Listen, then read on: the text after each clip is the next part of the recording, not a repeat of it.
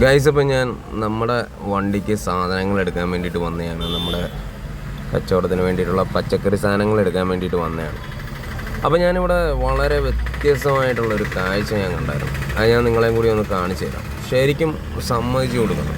എന്താണെന്ന് വെച്ചാൽ അതിൻ്റെ ഈ കാണുന്ന സ്കൂട്ടർ കണ്ടില്ലേ, ഇത് ഒറ്റ നോട്ടത്തിൽ പെട്ടെന്ന് കാണുമ്പോൾ ഒരു സാധാ സ്കൂട്ടർ ആയിരിക്കും. പക്ഷേ ഇതിൻ്റെ പുറകിൽ ഒരു പെട്ടി വണ്ടിക്കകത്ത് കൊണ്ടുപോകുന്ന സാധനം അത്രയും ഇല്ലെങ്കിലും അദ്ദേഹത്തിന് ജീവിക്കാനായിട്ട് അദ്ദേഹം വണ്ടിയിൽ സെറ്റപ്പ് ചെയ്ത് വെച്ച സെറ്റപ്പാണ് നിങ്ങൾ ഈ കാണുന്നത്.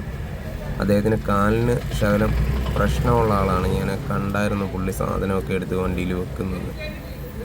വേണ്ട, മുച്ചക്ര വാഹനമാണ്, കണ്ടില്ലേ?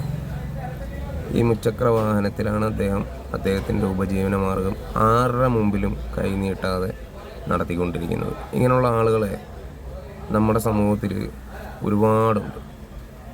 ആരും അറിയാതെ പോകുന്ന ഒരുപാട് ആളുകളുണ്ട്.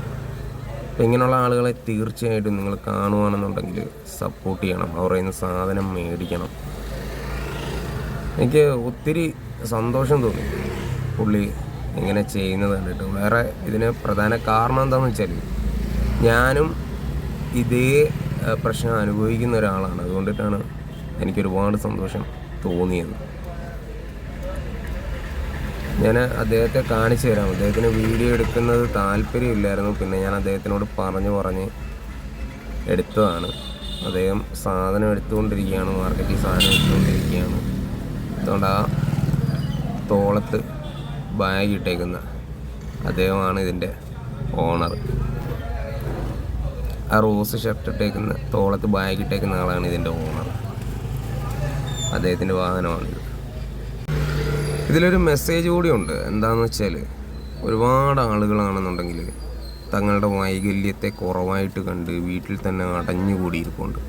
ഒരിക്കലും അങ്ങനെ ചെയ്യാൻ പാടില്ല.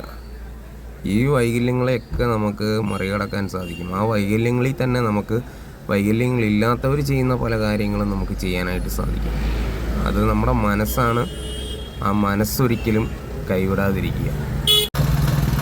ഈ വ്യക്തി നിങ്ങൾ കണ്ടില്ലേ,